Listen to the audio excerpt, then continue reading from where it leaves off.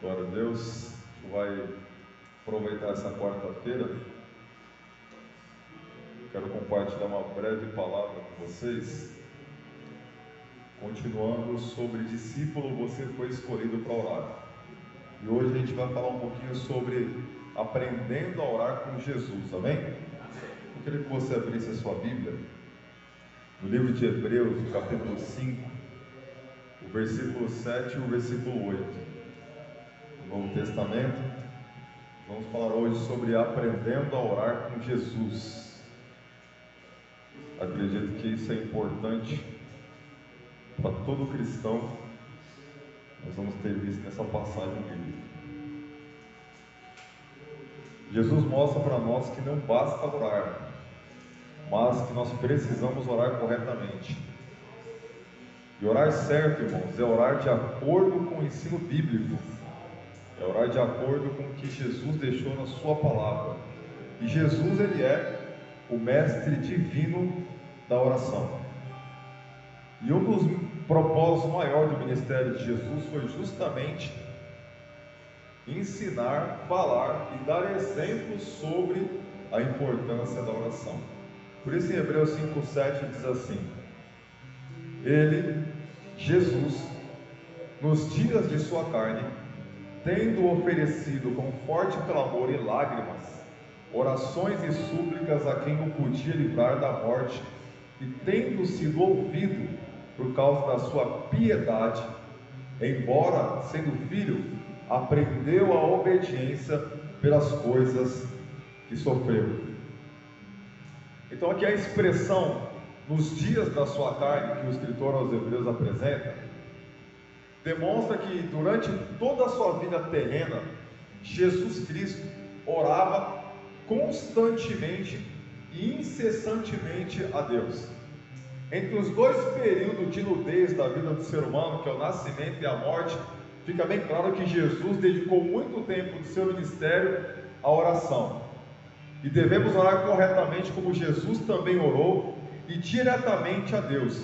Você pode aí tomar nota, se você quiser, na sua casa ou aqui na igreja, se você quiser anotar. Mas em 1 João, o capítulo 5, o versículo 14 e 15, mostra para nós que a nossa oração, ela deve ser diretamente a Deus e nos sujeitando humildemente à vontade de Deus. Porque o segredo da oração é, quando nós começamos a orar, Deus é um. E quando nós estamos orando, Deus continua sendo Ele. E quando nós terminamos de orar, Deus continua sendo Deus. Ele não muda porque nós oramos. Nós mudamos porque nós estamos orando. João também mostra para nós, no capítulo 14, o versículo 13 e 14, que a nossa oração, além de ser feita debaixo da vontade de Deus, biblicamente, ela deve ser feita em nome de Jesus. E Paulo explica porque lá em Filipenses, quando ele diz que Cristo não usurpou o ser igual a Deus, antes esvaziou-se de si mesmo e abriu mão da sua glória, e isso deu o direito que o seu nome foi colocado acima de todo nome. A Bíblia também mostra para nós no Evangelho, no livro de Romanos, no capítulo 8, versículo 26, que em nossas orações, o Deus Espírito Santo, Ele nos auxilia quando nós estamos orando. A Bíblia diz que até com gemidos inexprimíveis, o Espírito Santo, Ele intercede conosco. A nossa oração, ela não chega a Deus da maneira que sai dos nossos lábios. O Espírito Santo, Ele vai interpretar esta oração. Ele vai trabalhar esta oração e ela vai chegar a Deus como uma oferta agradável. Tiago, na sua carta, no capítulo 1, versículo 5 e 6, ele diz que a nossa oração, ela deve ser feita com fé. Amém? Nenhuma oração será atendida por Deus se houver algum desses itens que eu vou falar agora. Se esses que eu falei são condicionais para que a nossa oração ela seja ouvida e respondida por Deus, isso que eu vou falar agora, se tiver em nossas vidas, a grande chance de nossas orações não ser respondida. Primeira coisa que impede resposta de oração: pecado escondido. No Salmo 66:18, nós vamos encontrar a base bíblica para isso. Outra coisa que impede a resposta da nossa oração? Carnalidade egoísta. Tiago, capítulo 4, versículo 3 diz isso. Outra coisa que impede a resposta da oração: incredulidade. Hebreus 11:6 diz que é necessário, né? Ali quando ele começa a descrever a galeria dos heróis da fé, o escritor aos Hebreus, em um dos seus capítulos, ele diz que é necessário, fundamental, vital, condicional, que aquele que se aproxima de Deus creia que Ele existe e é galardoador do que o busca. A palavra grega lá, para o autor e consumador da nossa fé, é o pioneiro, é o primeiro, é o que começa e o que termina a fé em nós. Outra coisa que impede a nossa oração de ser respondida é a soberba. Lá em Lucas capítulo 18 e o versículo 14, que foi tema da primeira pregação desse estudo sobre discípulo, você foi escolhido para orar, fala sobre a questão da soberba. Outra coisa que impede a oração de receber resposta é a hipocrisia. Lá em Mateus capítulo 6 e o versículo 5. Outra coisa que impede resposta de oração é a falta de perdão. Lá em Marcos capítulo 11, o versículo 25 e o 26. E uma outra coisa que impede a resposta de oração é a impaciência.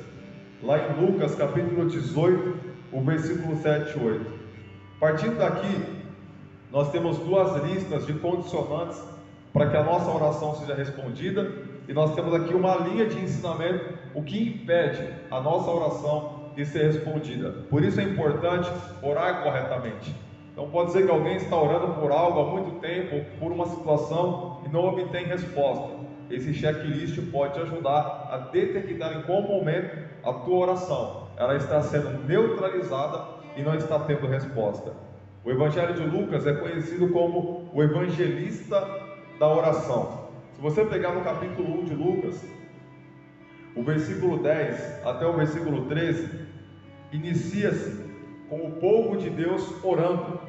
E se você pegar o capítulo 24 e o versículo 53 de Lucas, termina com o povo alegremente louvando a Deus no templo. Então Lucas, ele começa a escrever o seu evangelho falando de oração, e uma das características da oração é o louvor a Deus. E ele termina o seu evangelho falando que o povo no templo louvava a Deus. Por isso Lucas apresenta para nós algo que nós chamamos de a teologia da oração. E ela é dividida em dois blocos. O primeiro, a vida de oração de Jesus. A partir do capítulo 3 de Lucas até o capítulo 23, nós vamos ter várias colunas que vão apresentar a vida de oração de Jesus. Já o segundo bloco sobre oração já não é mais a vida de Jesus, mas o ensino de Jesus sobre a oração. O capítulo 10, o capítulo 11, o capítulo 18 e o capítulo 21 de Lucas dão total ênfase para o ensinamento de Jesus na oração. E hoje eu quero convidar você a nos basearmos no capítulo 11. Nós vamos olhar para esse capítulo agora, onde Jesus nos ensina o modelo de oração, o padrão, uma base para a nossa vida de oração, como a maneira que nós devemos orar, quais as motivações que nós temos que orar.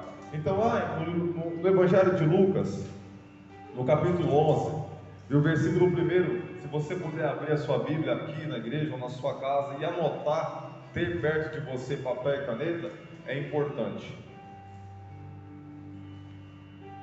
O versículo 1 diz assim: de uma feita, estava Jesus orando em certo lugar. Quando terminou, um dos seus discípulos lhe pediu: Senhor, ensina-nos a orar, como também João ensinou seus discípulos. Então ele os ensinou quando orares, dizei: Pai, santificado seja o teu nome, venha o teu reino, o pão nosso cotidiano dá-nos de dia em dia, perdoa-nos os nossos pecados, pois também nós perdoamos a todo o que nos deve, e não nos deixe cair em tentação. Disse-lhes ainda Jesus: qual dentre vós, tendo um amigo, e este for procurá-lo à meia-noite, e lhe disser: amigo, empresta-me 3 pães, pois um meu amigo, chegando de viagem, procurou-me, e eu nada tenho que lhe oferecer. E o outro lhe responda lá de dentro, dizendo: não me importunes, a porta já está fechada, e os meus filhos comigo também já estão deitados. Não posso levantar-me para os dar. Digo-vos que, se não se levantar para dar-lhes por ser seu amigo, todavia o fará por causa da importunação, e lhe dará tudo o de que tiver necessidade. Por isso vos digo: pedi e dar-se-vos-á, buscai e achareis, batei e abrir-se-vos-á. Pois todo o que pede, recebe, o que busca, encontra, e a quem bate, abre-se-lhe-á. Qual dentre vós é o pai, que se o filho lhe pedir pão, lhe dará uma pedra? Ou, se pedir um peixe, lhe dará um lugar do peixe uma cobra?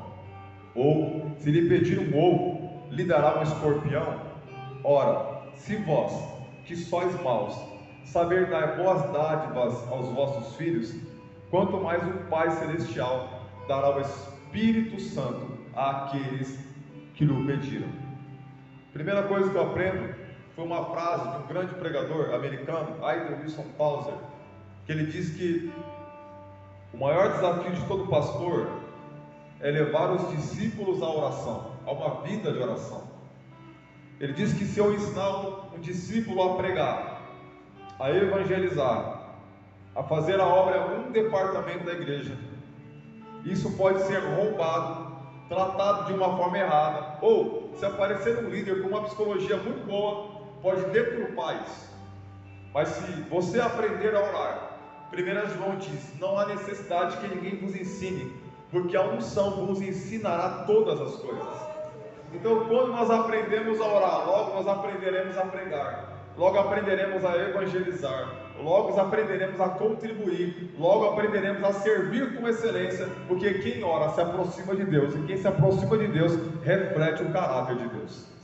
Por isso os discípulos de João Batista eram diferenciados, e veja que eles eram motivo de observação. Veja que os discípulos de Jesus detectam deles: nos ensina a orar. A palavra ensinamento no latim é insígnia, de marcar alguém. Os discípulos de João tinham uma marca, uma característica diferente dos demais discípulos dos fariseus. Qual? Eles tinham uma vida de oração, a ponto dos próprios discípulos de Jesus olhar e dizer: nós queremos aprender aquilo. Então os discípulos de João Batista mostram para nós, discípulos dos dias de hoje, que se nós queremos ser autênticos, nós temos que ser conhecidos por uma vida de oração. E o discípulo é conhecido por uma vida de oração, não pela expressão pública dele, mas pelo tempo que ele passa no lugar secreto com Deus.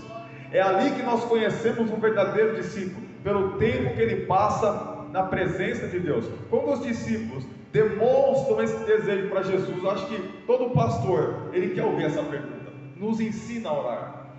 Porque a gente escuta tanta pergunta. Hoje eu escutei a seguinte pergunta: os dinossauros existiram? Pastor, quando Satanás foi lançado na terra, foi isso que acabou com os dinossauros? São perguntas interessantes, mas que não vão mudar em nada a minha vida com Deus. Mas são poucos os discípulos que perguntam: qual o segredo da oração? Como orar? O que fazer para dedicar mais tempo à oração? Então aqui nós temos no versículo 1, um pedido feito a Jesus por parte dos seus discípulos. Qual foi o pedido, irmãos? Senhor? Uma pergunta para você que me assiste e que está aqui: você acha que nós precisamos de um treinamento para a oração? Sim ou não? Será? Anote essa pergunta. No modelo de oração ensinado por Jesus, uma outra doutrina se destaca aqui, e é no versículo 2, é a doutrina da paternidade. Jesus claramente no texto ele usa a figura do pai para dizer: olha, você sabe como é. Se o teu filho te pedir um pão, o que você vai dar para ele? Se o teu filho te pedir um alimento, o que você vai dar para ele? E nós vamos procurar dar o melhor. Aí ele fala: então, vocês sendo maus, sabem dar boas coisas aos vossos filhos, quanto mais o vosso Pai que estás nos céus. Então, para você entender um pouquinho da doutrina da paternidade, você vai ter que sentar na sua casa, pegar a sua Bíblia e ler Mateus capítulo 5 e o versículo 16. Mateus capítulo 6, o versículo 6 e o 9, até o 32, e Gálatas capítulo 4, do versículo 1 ao 7, que é uma passagem que nós já falamos muito aqui, quando a Bíblia diz que nós precisamos de um cuidador, porque embora nós já temos a herança, nós não alcançamos a estatura para receber essa herança. Embora nós somos filhos e já temos a herança que o Pai nos deu, nós não amadurecemos o suficiente para entender essa paternidade, para receber aquilo que é nosso. Por isso nós vamos ver agora em janeiro muitas igrejas fazer 12 dias de oração para 12 meses de colheita. Mas quem conhece o Pai sabe que Ele falou que a colheita já está pronta, que nós não precisamos orar por ela. Na oração do Pai Nosso, do versículo 2 ao 4, você precisa ler isso junto com Mateus capítulo 6, do 9 ao 11. E você vai identificar 3 pedidos referentes a Deus. E eu queria que você escrevesse quais são esses 3 pedidos. São perguntas para desenvolver o desejo de oração no seu coração. Se você olhar na segunda parte da oração do Pai Nosso, do versículo 2 ao 4 ainda, nós temos 3 pedidos que revelam o que nós somos. Identifique na leitura cada um desses pedidos. Por isso você precisa anotar. Eu podia chegar aqui e dar tudo respondido para você. Mas o primeiro desejo de um pastor é levar os seus discípulos a orar. E o segundo é levar eles a manusear a palavra com alegria. Então nós precisamos agora sair da papinha que o escritor aos Hebreus diz: eu queria dar a vocês um alimento mais sólido, mas vocês não crescem, eu tenho que dar leite para vocês. Explique cada um desses pedidos e traga para a sua vida. Jesus conta uma parábola, e a parábola no grego é parabole, ou parábola, que é colocar ao lado e a partir daí extrair uma verdade. Jesus sempre usou parábolas para ensinar, e aqui ele está ensinando a nós a característica da oração da importunação. Eu queria que você depois lesse com calma na sua casa e escrevesse o que significa uma oração com importunação. Veja, um amigo vai até outro amigo porque um amigo chegou na casa dele fora de hora. Aqui a gente destaca o relacionamento entre irmãos e a libertação do ciúmes ministerial, que eu vou terminar falando disso lá na frente. Porque os discípulos de Jesus tiveram que viver a experiência de ver os discípulos de João avançados na questão da oração e não ter ciúmes deles, mas ter o desejo de ser como eles. E nós vamos ver aqui o amigo que vai bater na porta de um outro amigo, porque um outro amigo chegou e ele tem que lidar com a ideia de ser acordado, porque um amigo que ele não conhece, o amigo dele chegou para acordá-lo junto com os seus filhos.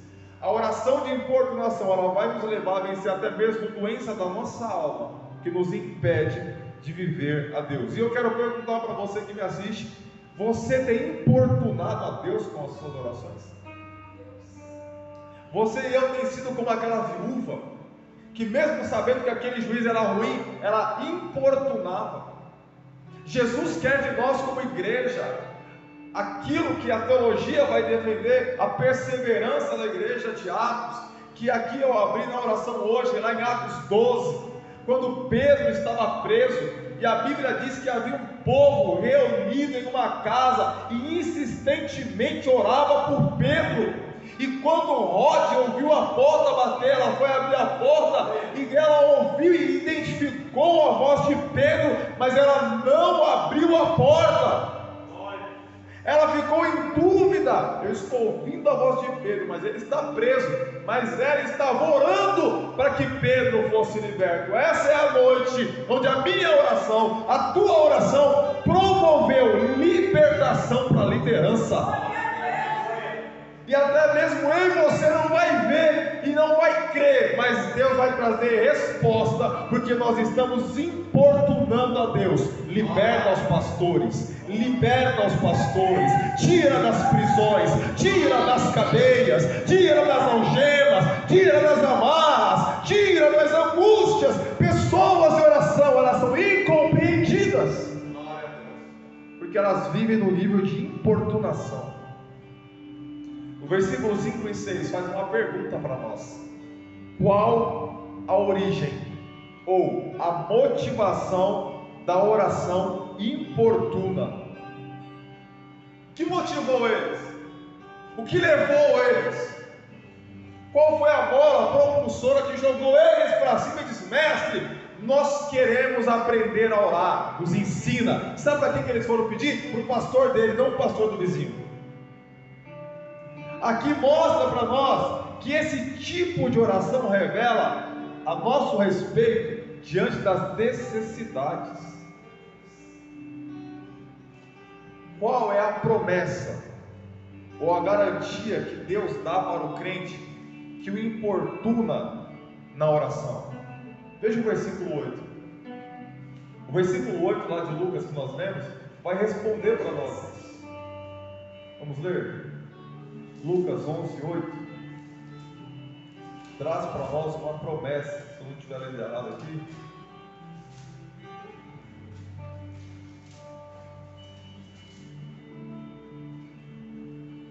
digo-vos que se não se levantar para dar-lhes, pois é seu amigo, todavia o fará por causa da importunação, ele dará tudo o do que tiver necessidade. Se você está importunando a Deus, se você está orando a Deus, se você está praticando a oração a Deus, pode ter certeza, tem uma promessa para você. Qual é a promessa? Você obterá resposta. A tua necessidade será atendida. Era 3 pães que ele precisava, ele teve a necessidade suprida. O que Jesus quer de nós são discípulos que batam na palavra da porta dele e o acorde e diga: Senhor, eu preciso de pão, eu preciso da palavra. É esse pão que o meu amigo que vem em casa está precisando. Não é o pão material, é a palavra. Nós precisamos orar a Deus, irmãos, como igreja, e pedir a Ele: Senhor, nos dá a tua palavra. Senhor, nos dá a iluminação da palavra. Senhor, nos dá a revelação da palavra. 3 tipos de pães, irmão, que Deus nos dá. Ele nos dá a palavra, Ele nos dá a revelação da palavra e Ele nos dá a iluminação da palavra. É isso que os discípulos têm que fazer, é importunar a Deus para conhecer mais da tua palavra. Jesus nos incita a orar. O versículo 9 diz isso. Olha só: por isso vos digo, pedi e dar-se-vos-á, buscai e acharei, batei e abrir-se-vos-á. Jesus está incitando a orar quando ele usa a expressão por isso o quê? Olha o contexto que ele já vem apresentando de ensino e resposta de necessidade suprida. Por isso eu digo a vocês: orem. Vocês estão vendo que eu contei na palavra? Teve retorno, teve resposta. Por isso eu digo a vocês: peçam, o que vai se abrir? Vocês vão ter resposta. Então o que o Senhor está falando para nós é: orem. Eu estou motivando, incitando a minha igreja: orem, clamem, peçam, batem, supliquem, roguem, porque eu vos digo, a porta vai abrir, a resposta vai chegar, a bênção vai acontecer, a tua oração vai ser uma surpresa para você, porque Paulo diz em Efésios que Deus é fiel para fazer mais, infinitamente mais, o quanto pedimos ou pensamos. Eu não sei o que você está pedindo para Deus, mas eu quero usar esse texto para te dar uma resposta. Se prepara, porque se você está importunando a Deus, tem resposta vindo para você hoje. O versículo 9 e 10, Deus promete: todo aquele que pede, recebe o que quer ou o que Deus quer. O que foi que ele pediu, irmãos? E o que ele recebeu? Deixa eu te perguntar uma coisa. O que você está pedindo para Deus, você crê que você vai receber o que você está pedindo? Ou você vai receber o que Deus quer te dar? O versículo 11 e 12 mostra para nós e faz uma pergunta: qual é a relação fraterna que a oração estabelece entre você e Deus? Por isso eu gosto muito da palavra fraternal, que é um termo usado pelo apóstolo Pedro, e ele disse para a igreja que ele estava ali direcionando a carta: acendam o amor fraternal. O diabo está tentando matar dentro da igreja o amor fraternal. O amor primeiramente entre eu e Deus, depois eu com meus irmãos, que é justamente a ideia do amor fraternal. Porque aí Jesus mostra para nós, no versículo 11 e 12, a diferença do Pai Celestial para o Pai Biológico. Ele diz: o Pai Biológico, mesmo sendo mau, te dá coisas boas, ele pode ainda falhar com você. Mas o Pai Celestial, ele te dá coisas boas, ele não é mau, e ele sabe cuidar de você na essência. Ele mostra uma diferença que é pouco perceptível, mas que na geração de hoje, que não tem uma referência paterna, isso é um abismo de diferença. Qual é a melhor coisa, irmãos, que Deus dá ao crente que ora? E a resposta está no versículo 13. Aí você lê e escreve, porque se você está orando, seu Pai Celestial está dizendo: eu estou te ouvindo, eu vou te responder, eu vou te recompensar, você vai ser atendido na sua petição. E o último ensinamento que eu quero tirar daqui dessa parte é uma pergunta para mim e para você.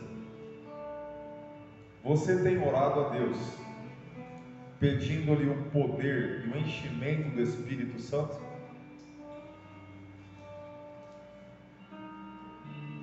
Efésios 5,18, Paulo diz: não vos embriagueis com o vinho em que há contenda, mas enchei-vos do Espírito de Deus. Irmãos, como está sendo o nosso anseio para sermos cheios do Espírito Santo? Como tem sido a nossa dedicação? Eu estava lendo aquela passagem que Jesus diz sobre resistir ao diabo, e por muito tempo eu foquei muito resistir ao diabo, resistir ao diabo, resistir ao diabo, mas o texto diz antes: sujeitai-vos a Deus. E eu perguntei para Deus: Senhor, por que eu estou tendo derrotas espirituais? E Deus falou: você está resistindo ao diabo, mas você não está se sujeitando a mim. Então nós precisamos ser um tipo de discípulo que ora, e que o desejo do nosso coração, por mais que nós tenhamos nossas necessidades fisiológicas, materiais e humanas, o primeiro anseio da nossa alma é: Senhor, enche-me com teu Espírito Santo. David Wilkerson, ele fala isso: você precisa ser energizado por Deus. Nós precisamos, igreja, orar, como diz aquele hino da harpa: ó Senhor, dá-nos o fogo pentecostal. Nós precisamos, igreja, orar e pedir a Deus: Senhor, nos dá os dons, nos dá o fruto e nos enche com teu Espírito. Senhor, se preciso for trocar esse odre por vinho novo vinho, troca esse odre, mas eu preciso ser cheio do Espírito Santo. Por quê? Paulo coloca para nós um paralelo: olha, se vocês se embriagarem com o vinho, vai ter contenda no meio de vocês. E quando eu li isso, irmão, eu chorei, porque eu estava justamente lendo o livro de Números, e o livro de Números é o livro que mais trata sobre contenda na Bíblia. E lá em Meriba, a Bíblia diz que Moisés perdeu a sua bênção de entrar na terra prometida, porque a contenda do povo levou Moisés a ferir a rocha pela segunda vez. Eu estava lendo o capítulo 11, de Números, e o versículo 28, até falei segunda-feira na aula de teologia, e eu vou ler de novo.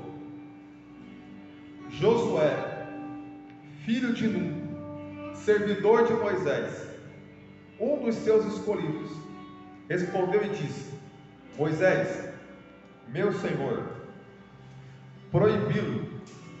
Porém Moisés lhe disse: tens tu ciúmes por mim? Tomara todo o povo do Senhor fosse profeta, e que o Senhor lhe desse o seu espírito.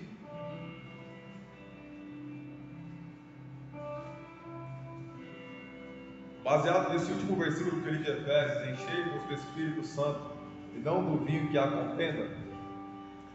Você lê o capítulo do começo, você vai ver que Moisés chega para Deus e fala: Deus, esse cargo de liderar o seu povo está muito pesado para mim, e eu não estou aguentando mais liderar.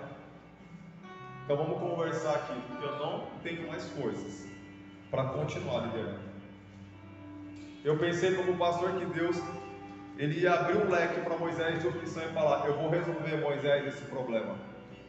Mas na conversa de Deus e Moisés, Deus fala: Moisés, eu vou matar esse povo, e a partir de você eu vou fazer uma nova nação.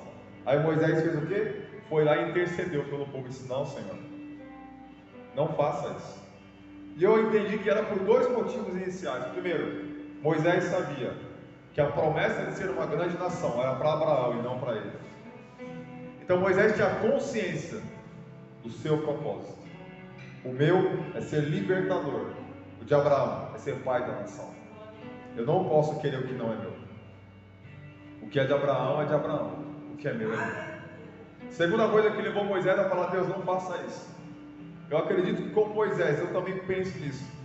Eu acho que Moisés fechou os seus olhos, ele voltou alguns capítulos atrás da sua vida, e Moisés começou a lembrar quando ele matou um homem e enterrou na areia. Moisés começou a lembrar quando ele feriu a rocha. Moisés começou a lembrar quando ele esqueceu de circuncidar os teus filhos. Moisés começou a lembrar dos seus próprios pecados. Senhor, o povo já é difícil, mas se houver uma multidão, mais de mim mesmo vai ser pior.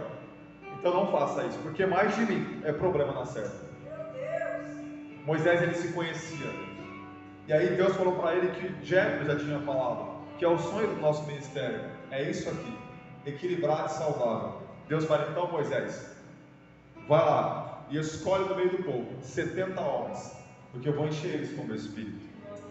Eu pensei que Deus daria uma solução rápida para Moisés, só que Deus deu mais trabalho para ele, porque escolher 70 de 3 milhões não é uma tarefa fácil.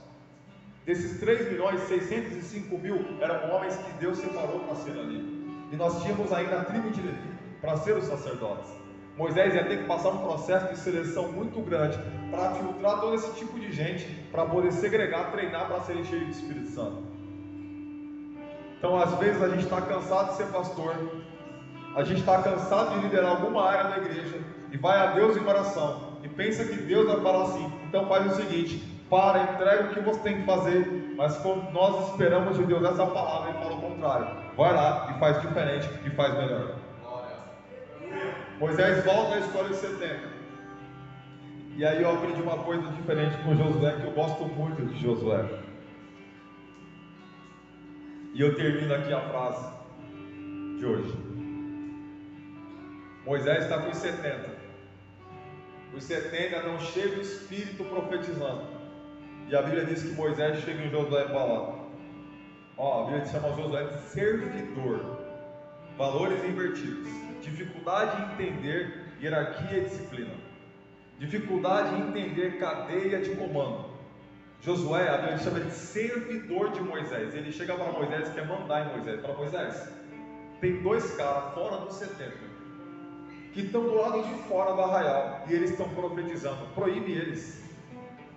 Moisés olha para Josué e fala: você não entendeu nada. Olha a resposta de Moisés: quem me dera todo o povo de Israel profetizasse e fosse cheio do Espírito. Josué, você está bravo porque 2 a mais se encheram do Espírito? Josué, eu queria que fosse esse povo todo cheio do Espírito, porque o povo cheio do Espírito é um povo que ora, é um povo que tem intimidade, é um povo que tem comunhão, é um povo que não dá trabalho, trabalha com Deus, é um povo que prospera no Senhor, é um povo eficaz no milagre, é um povo que atravessa o deserto sem murmurar, sem contenda, sem reclamar, sem dividir, sem abater, sem matar. Ei, Josué, pega esse ciúme seu e larga para fora. Será que a gente está tendo ciúmes em algum momento, não é? De ter alguém cheio do Espírito Santo, diferente da gente? Vamos tomar cuidado com os ciúmes ministerial. Josué está falando, Moisés, vai lá e prende os caras. Moisés falou, não, eu vou impor as mãos para todo mundo ser igual a eles, porque eu quero que o povo de Deus seja cheio do Espírito. Tanto que a Bíblia diz que Deus tirou de Moisés aquela unção e transferiu. E quando Arão termina o seu ministério levítico, você vai ver que vai tirando as vestes de Arão, e se não me engano é Eliezer que rende ele, e automaticamente Eliezer, ele recebe aquela unção. Precisamos ser uma igreja que ora e que transfere poder espiritual, e que quando alguém se levanta melhor do que a gente, ou numa condição diferente, mesmo fora do nosso arraial, mesmo fora do nosso grupinho, mesmo fora do nosso jeito de ser, a gente tem que se alegrar, porque o que está nele é o Espírito de Deus e não do diabo.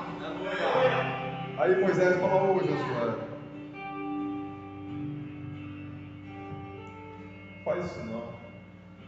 E a Bíblia diz que Moisés se recolhe com os anciãos e buscam a Deus. Eu termino dizendo que nós aprendemos que Jesus é o mestre divino da oração. Nós aprendemos hoje que na oração do Pai Nosso, quem é Deus e o que somos e precisamos.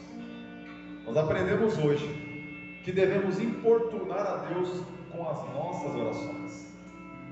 Nós aprendemos hoje que todas as necessidades podem ser supridas por Deus através da oração. Nós aprendemos hoje que Deus dará o melhor aos seus filhos que oram a Ele. John Wesley, pai do metodismo. A história conta que John Wesley nunca saiu para pedir oferta. Nunca saiu fazendo campanha na igreja dos outros. Mas que ele passava 12 horas de joelho. E os recursos chegavam até a porta dele. Porque ele era um homem que movia no céu para depois mover na terra. George Miller. A história conta que um dia, próximo à hora do almoço, um dos orfanatos não tinha nenhum alimento. E alguém disse para ele, Miller, é hora de fechar esse estabelecimento, não há comida, você não perde dinheiro, você não corre atrás de oferta. E ele disse, o dia que faltar um almoço aqui, eu entendo que Deus não está conosco, eu vou orar, e se Deus quiser que essa obra continue, Ele vai enviar a arrecadação.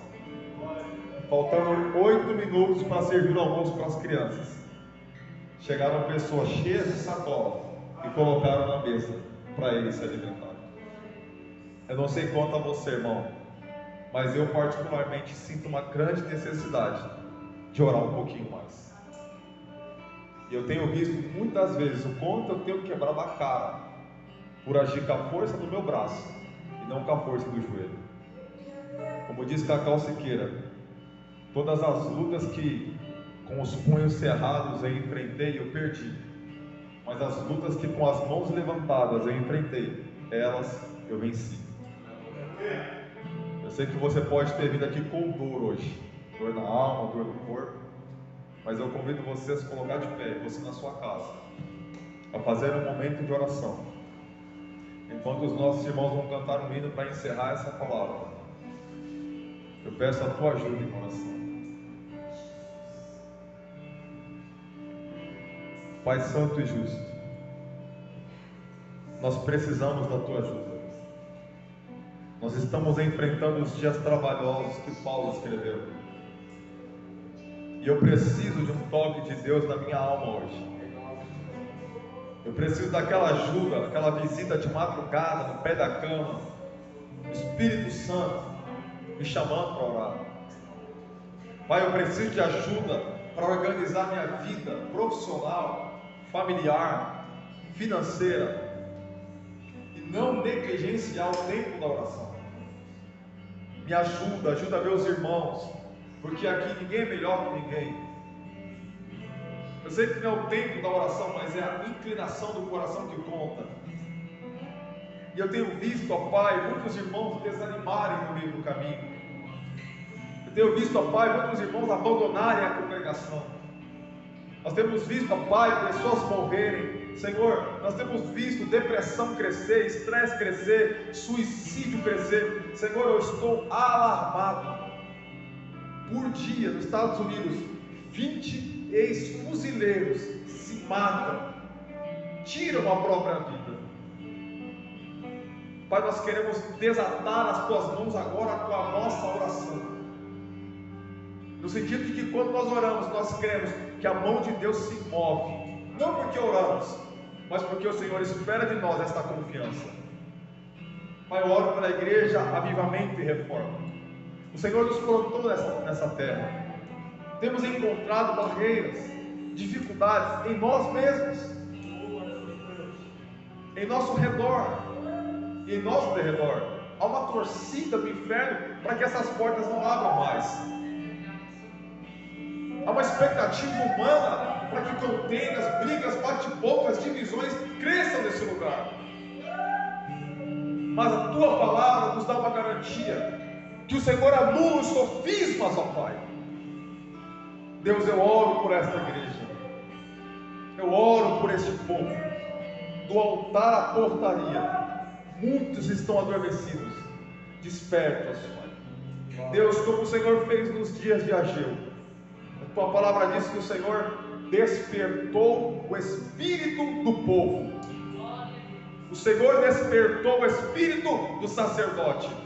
E o Senhor despertou o espírito do governador. Porque um profeta chamado Ageu se levantou com ousadia. Perdoa a minha tristeza na tua presença. Perdoa a amargura na tua presença. Renova-nos, ó Senhor. E os nossos irmãos que não vieram por preguiça, por ignorância, ou por até mesmo fraquezas, desânimo, armas que neutralizaram eles, o sangue de Jesus tem poder sobre essa causa. Senhor, dá graça para que esta igreja cresça com qualidade, com sabedoria, temor, comunhão e unidade. Fortaleça os pastores, os líderes, os músicos. Pai, nós te pedimos ajuda. Precisamos de Ti, Espírito Santo. Pai, nós te agradecemos. Em nome do Senhor Jesus. Amém.